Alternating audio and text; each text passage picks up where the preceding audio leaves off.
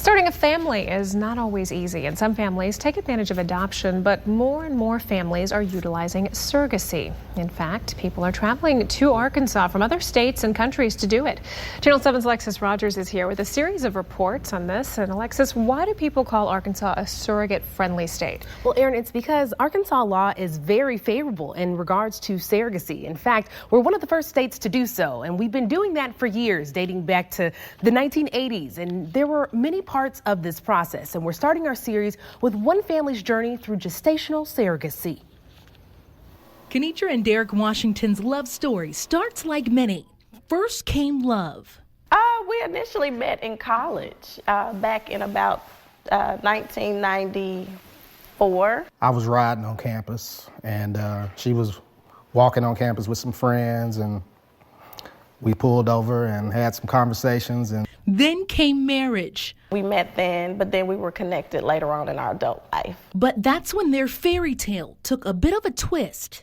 We were not successful with getting pregnant at first, but then we were.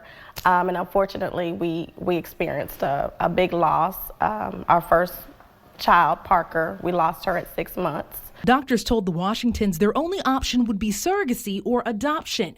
Coming from close-knit families, the Washingtons knew they wanted children of their own.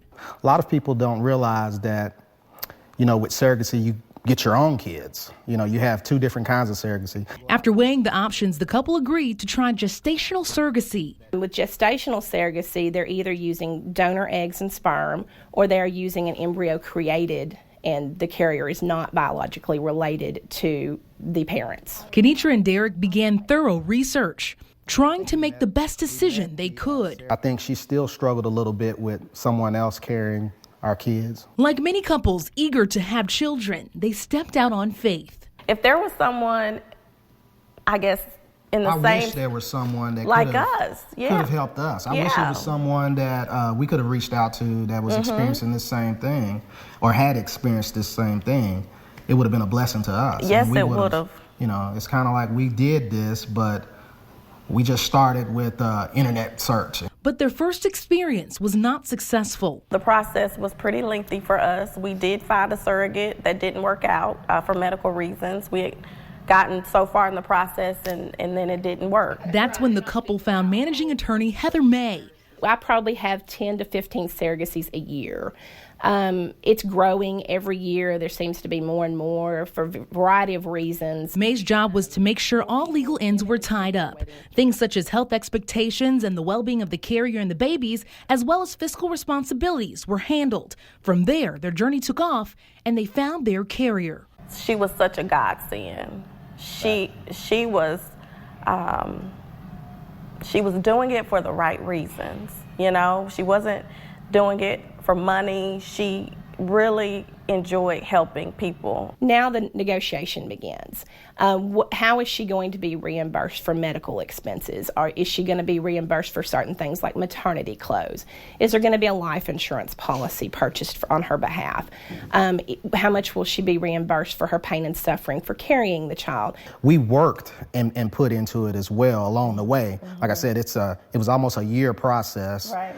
But anywhere from about $75,000 to $80,000 if you can get the right attorney, the right surrogate, and also if you don't use an agency. Since the carrier and the intended parents stay in separate residences, the Washingtons' experience through their baby's pregnancy period were different than most. I'm very protective, and not to be able to take care of my wife and my children at the same time was difficult. The day came. Kenitra's egg sample was strong. Stronger than they initially realized. We were told we were having triplets, and we were excited that we were having babies. We just really didn't know. And scared and shocked, and how are we going to afford to take care of 3 babies? And a couple weeks later, one vanished, which is typical. So that's how we ended up with Daric and Demi. Their blessings had arrived. On the drive coming home, just being so careful with 2 babies in the back, and then coming home and not knowing what to do with them. It's kind of like, man, what are we going to do now? Every time they moved, we was there. The Washingtons surpassed all of the twists and turns of their love story. And as their twins get ready for their first birthday, a new chapter emerged. It's definitely going to be more than just a party. It's going to be a celebration of life and unity for our family, and something we wanted for so long, and it's going to be a pretty big deal. This one titled, The Love Story of Mommy, Daddy, Demi, and Daric.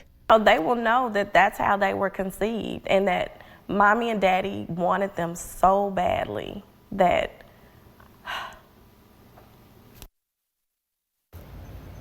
Now, Kenitra and Daric are considering writing a book about their experience. They hope that their story will help others. What a great story it was. And what's in store for tomorrow?